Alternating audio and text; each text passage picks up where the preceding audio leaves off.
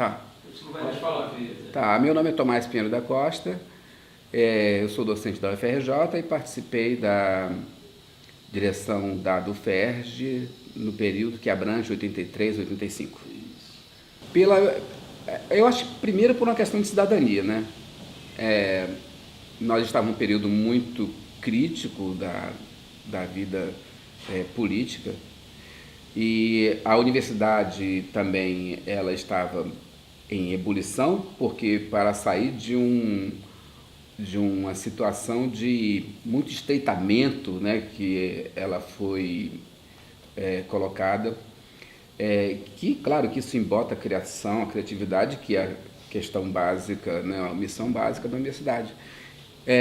Mas, então, por uma questão das soluções internas, né, da universidade, que nós já não havíamos mais legalmente, de direito, né, as cátedras, mas a verticalização do poder ainda era brutal, né? E principalmente em algumas áreas, como a da saúde, que é a área que eu milito, em que existiam os donos das cadeiras. Quer dizer, as cátedras tinham acabado teoricamente Teoricamente. na década de 70, mas a estrutura verticalizada Isso. Então tinha uma luta interna.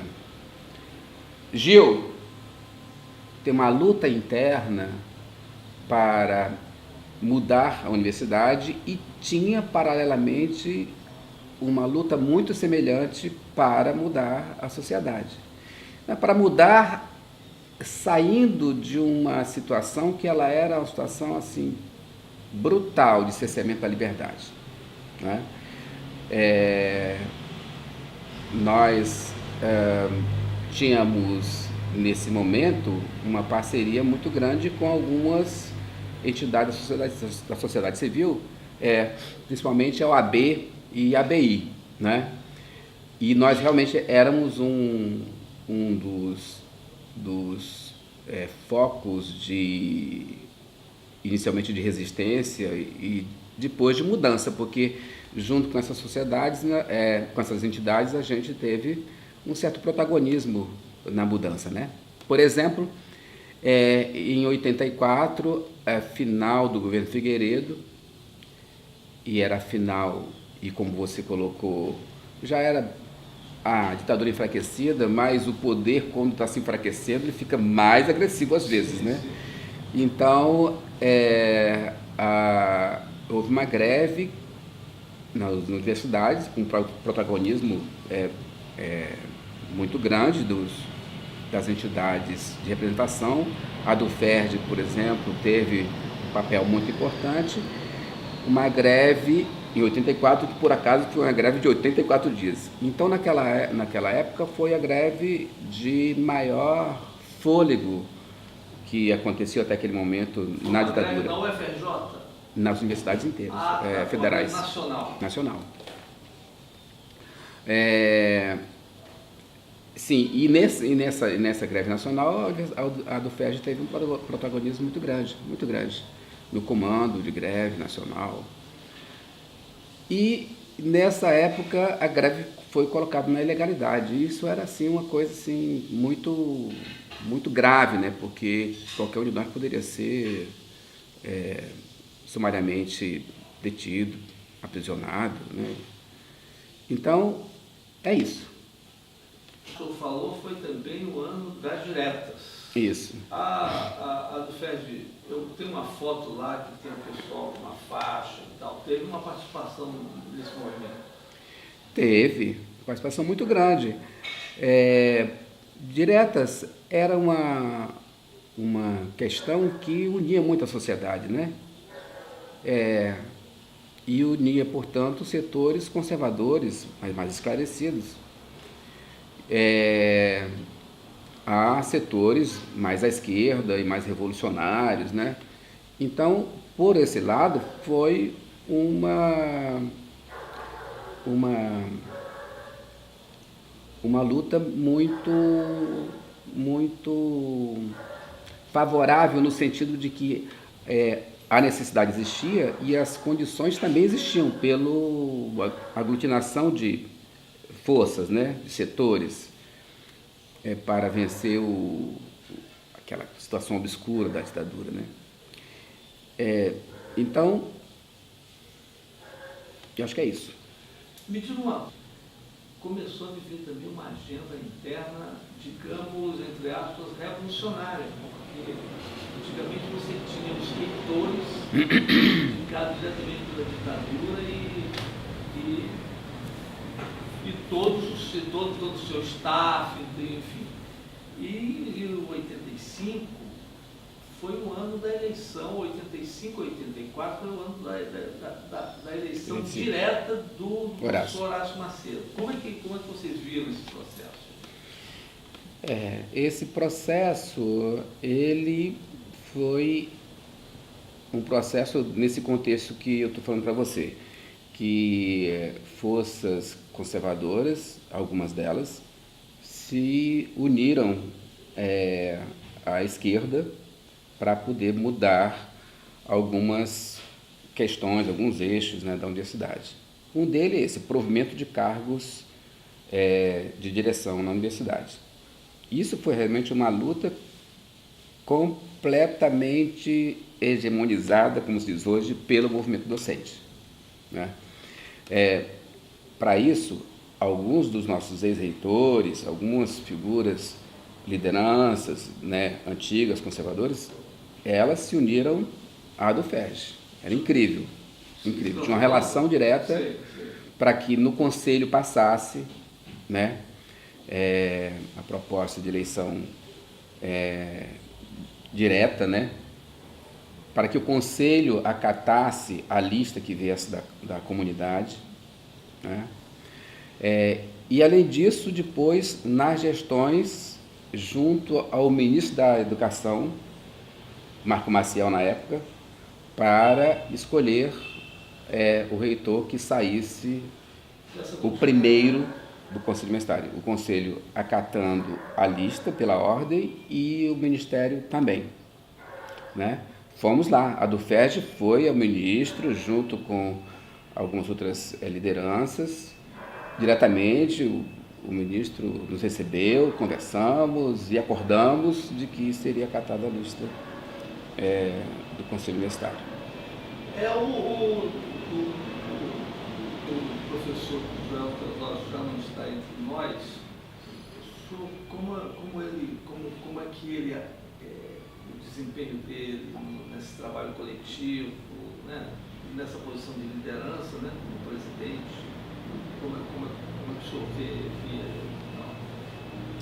Bom, primeiro que o Joel Teodósio, nessa posição que eu estou aqui, né, falaria para vocês detalhes minutos, que tinha uma memória enorme, né, enorme, fabulosa. Depois ele era uma liderança muito ativa, muito ativa. Ele rompia várias barreiras que geralmente tínhamos de conversa com setores diferentes, então ele articulava muito, não é? Era uma pessoa muito afirmativa, portanto, ele era mais ou menos ou amado ou odiado, né? Mas ele teve assim uma atuação assim, que realmente em alguns momentos da história parece que isso é muito bem articulado, né, pelo acaso, talvez, né? As pessoas que estão no início da formação da UFERJ não são pessoas de um certo perfil, para isso mesmo, né? Naquele momento parece que deveria ser mesmo Joel Teodósio, né? A despeito das divergências internas que sempre o movimento teve, né? Sempre a do FERJ muito ocupada pela esquerda, mas a esquerda tem suas frações, né? E uma liderança muito afirmativa, também ele divide bastante, né? Divide, mas rompe muitas barreiras, né? Então, João Teodósio, a memória que eu tenho dele nesse momento, para te dizer, é isso, uma liderança muito, além de afirmativa, muito sem preconceito com o que deve ser feito para alcançar objetivos, com quem falar, com quem se articular, né? Acho que algumas lideranças assim, muito importantes, antigas, como Clementino Fraga, por exemplo, Aragão, vários que até pouco antes não se imaginava que tivesse conversas, né, e que a gente pudesse fazer aliança, né, foram feitas alianças com esses setores, muito em parte pelo perfil do João Teodósio, né, que, é claro, como uma liderança muito afirmativa, né, ele explora limites, né. Então, por exemplo, havia um cuidado no início, pelo menos nas gestões iniciais, de o movimento ele expressar o que os docentes decidissem, né? O cuidado de não decidir em assembleias minoritárias, pequenas, né? O cuidado de não expressar o que é apenas o desejo de uma corrente interna que está ocupando no momento a direção, né? Expressar essas questões particulares nos fóruns particulares, né? Mas expressar sempre o que os docentes pudessem decidir em assembleias, né? E é claro que esse cuidado, ele era também fustigado, né, pelas lideranças mais afirmativas, né? E era uma tensão que hoje eu percebo que é uma tensão saudável, não é? Saudável, porque levou a um aprendizado, eu acho, bastante importante, não é?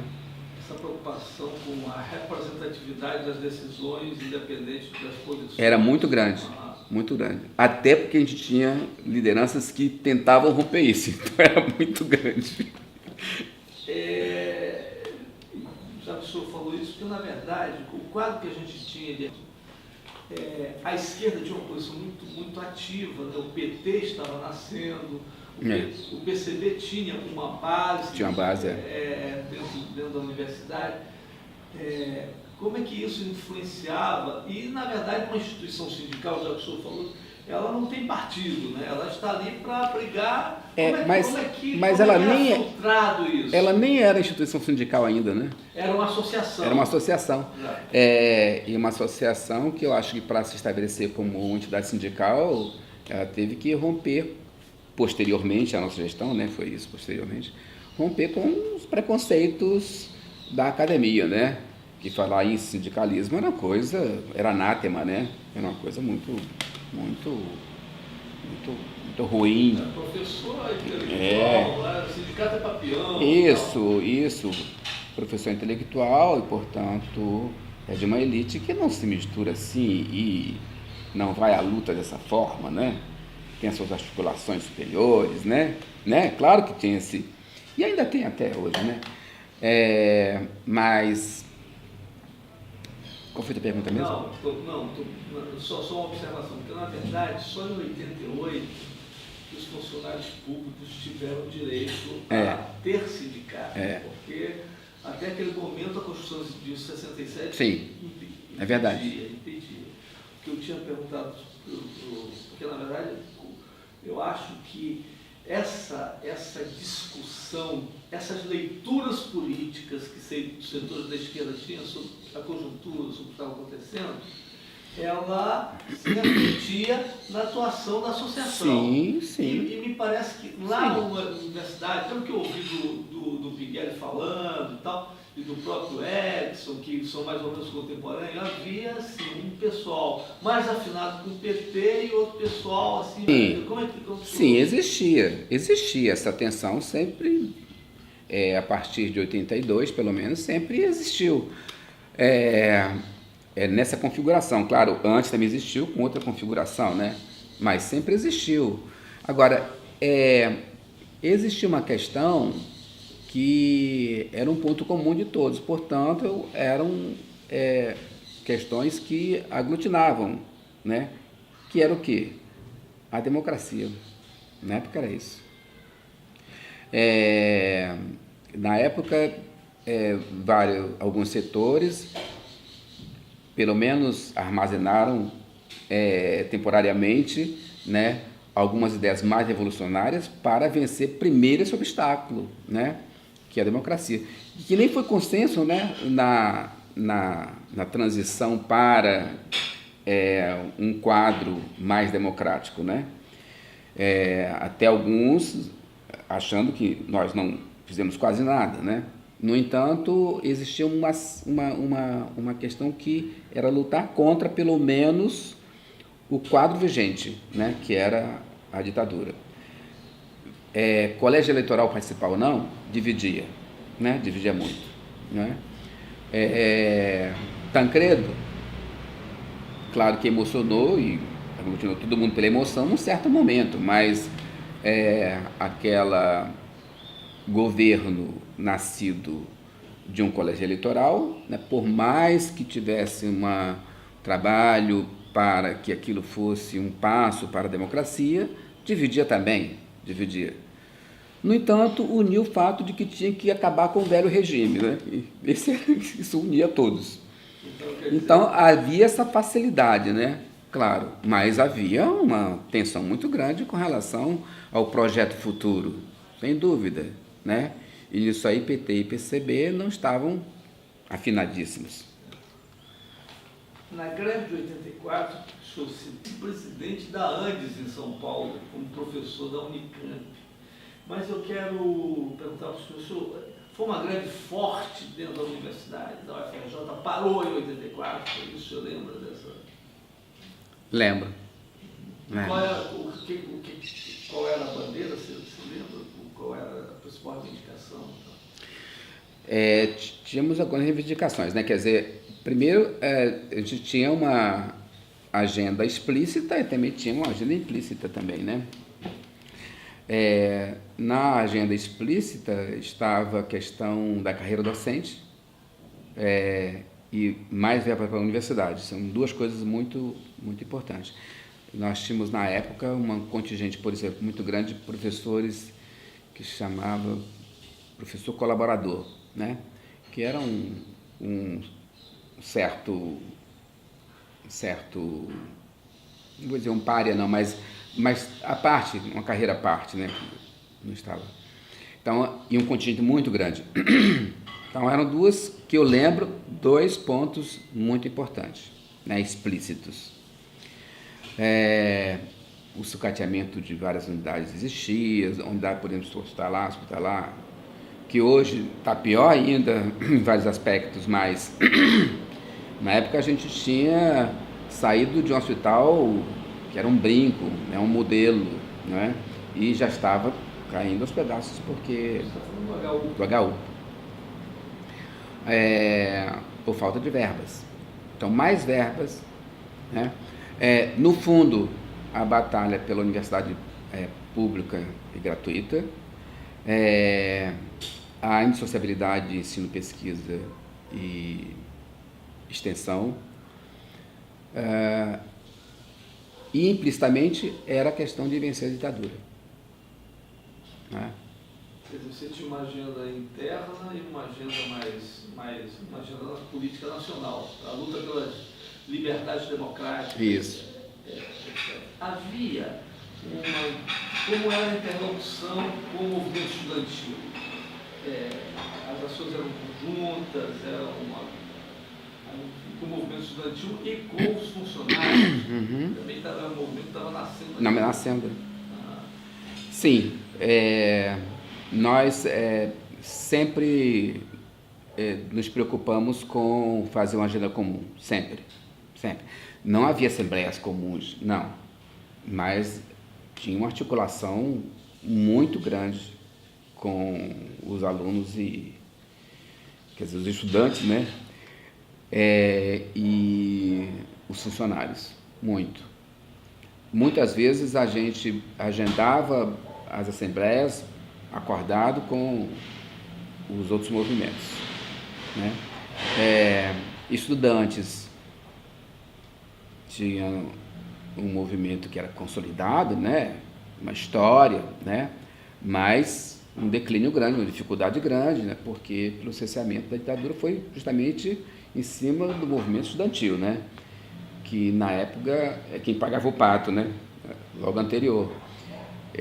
Não existia outra entidade organizada, não existia frações organizadas antes de funcionários e docentes. Então, era um movimento de resistência os alunos, né? Não estavam no seu apogeu, não. Então, muitas vezes tivemos que ajudar a articular, né? Mas sempre procuramos fazer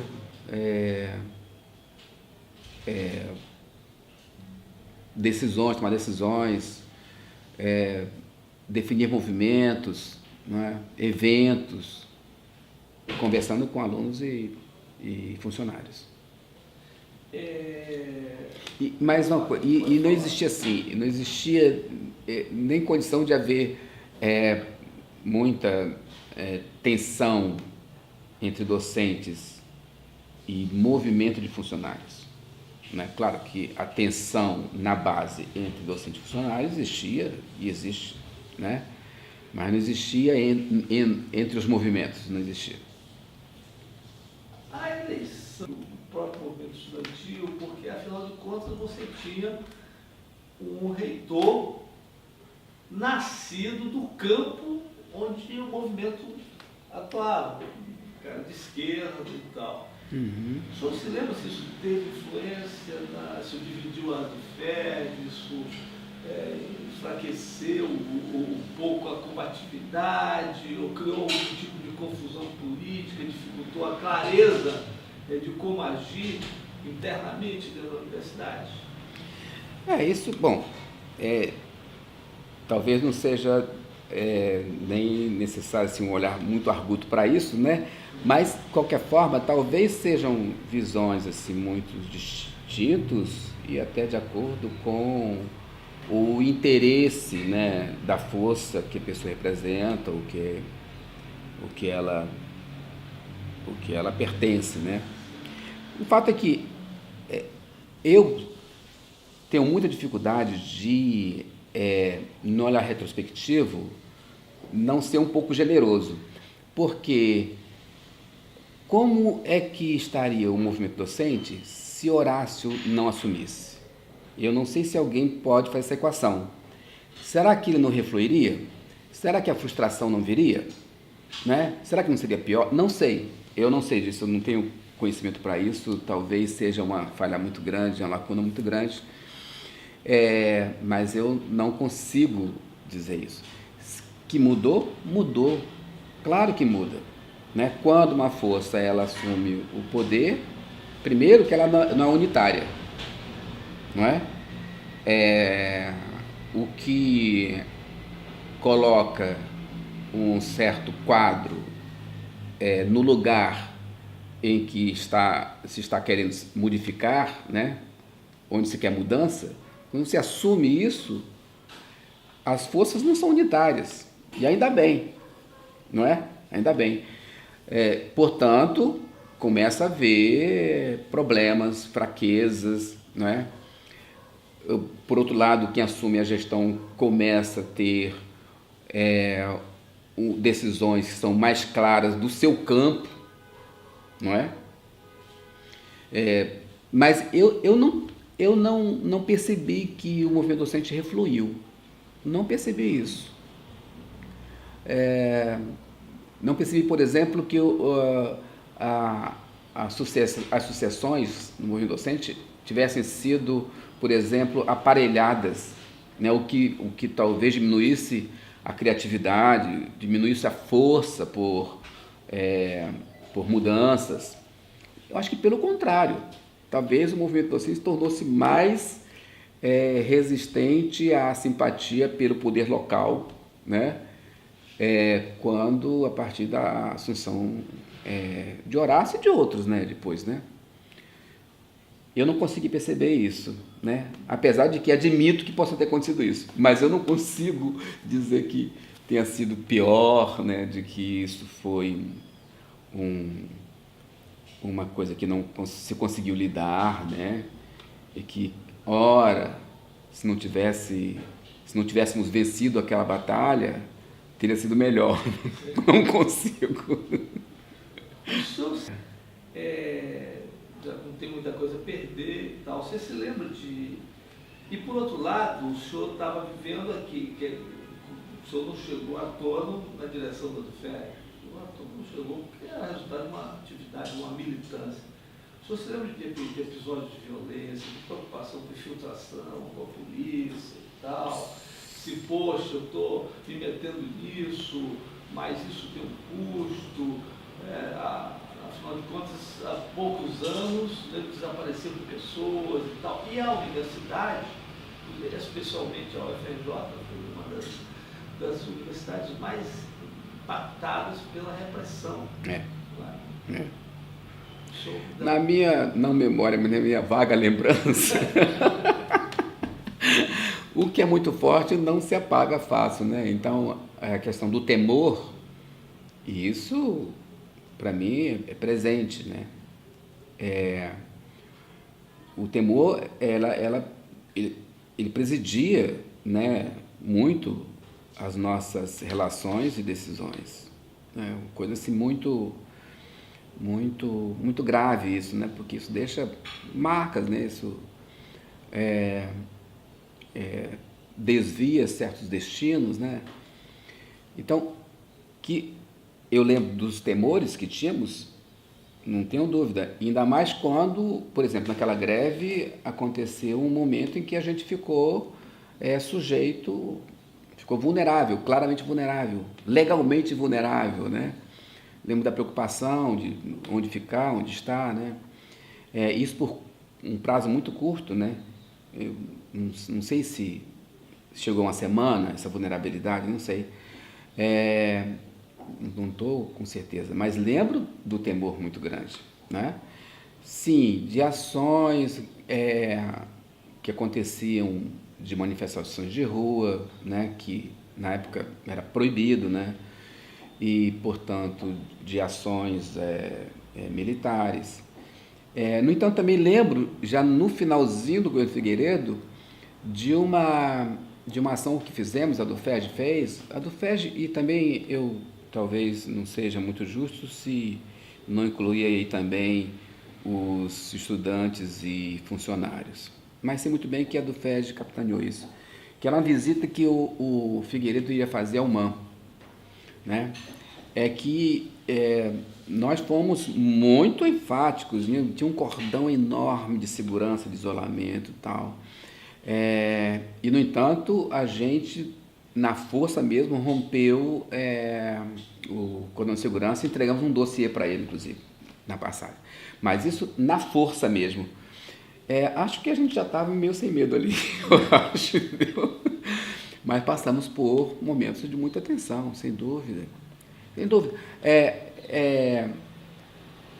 Se perguntar assim, a DUFERJ, ela era contra, uma pergunta simplória, contra o regime, contra...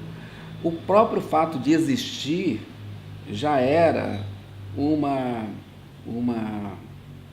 atitude, né, contra o regime, né?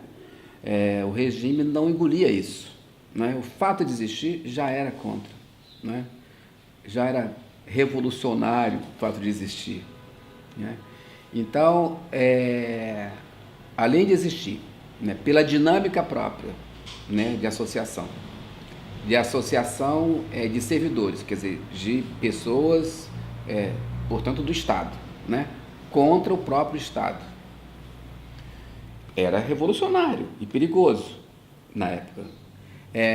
O fato de tentar estabelecer uma quebra daquela ordem hierárquica na universidade, né? Da verticalização que ela, ainda que tivesse algum tempo atrás legalmente alterado, na prática ela era uma verticalização muito grande, era uma relação muito autoritária, não é? Então, te respondo que sim, o medo, o temor existia, né? Mas também existia talvez alguma coisa assim, que eu não sei te dizer muito bem, uma força muito contrária para vencer esse temor. Eu acho que essa força contrária para vencer o temor era uma força organizativa também, né? Fazia a organização acontecer. Alguém foi preso? Alguém foi chamado para depor no DOPS? O senhor lembra disso? Na minha gestão, Não. não estou lembrado. Não estou lembrado. Deixa eu lhe fazer uma pergunta, né? Que o senhor teve durante... O senhor poderia não ter vivido isso, né? Poderia seguir a sua carreira e tal. Isso foi bom para você, do ponto de vista de a sua relação com o mundo, com a política, estimulou a sua crítica? O senhor poderia ter passado sem isso? Passar sem isso, passaria sim. As pessoas, né? Posso dizer que eu sou feliz com esse passado, primeiro, entendeu? Que hoje eu seria outra pessoa se não tivesse passado por isso. Com certeza, não tenho dúvida. Que alimentou a crítica, sim. E muito mais alimentou, me enriqueceu com relação às relações humanas, a como lidar com as relações, né? A como lidar com o diferente, né? A como diminuir preconceitos com relação ao que é o oposto, não é? A esperança de modificar o outro, a certeza de que possa ser modificado pelo outro, né? Eu acho que nessa fase, essas questões, eu acho que elas foram muito trabalhadas internamente. Eu acho, não só em mim, eu acho que todos os companheiros, colegas daquela fase, né? Porque é uma fase muito crítica, né? Você não pode ficar isolado, não pode, né? Você tem que procurar alianças, né? Tem que cuidar de que as alianças não levem para um lugar muito estranho, né? Então, eu tenho certeza disso. E a minha área, que é a docência e a saúde, né? São duas áreas que as relações humanas são, assim, fundamentais, né? Se aprender que o outro te modifica, que você modifica o outro, e que essa relação que é importante no fazer tanto da educação, da pedagogia e da saúde, né? É fundamental. Eu acho que a militância... Então valeu a pena. Foi indispensável para o que eu sou hoje. Eu não sei se seria melhor sem isso, mas eu tenho a impressão de que sim, né? Porque eu sou feliz com esse passado, né? E acho que valeu a pena demais, demais, né? Foi um acaso importantíssimo, porque claro que eu tinha militância e tal, mas eu, olhando assim para o passado, vejo que foi o acaso que me colocou ali, porque eu não tinha méritos, né, para estar assim na diretoria, que na época, né, porque era de romper, né, com a ordem vigente, e era um instrumento de rompimento, né, era um ente importantíssimo, né? Então, eu não tenho dúvida de que foi fundamental. E seria fundamental se não fosse na diretoria também. Só a militância no movimento docente naquela época era muito importante. Muito obrigado, professor. Será que salva alguma coisa?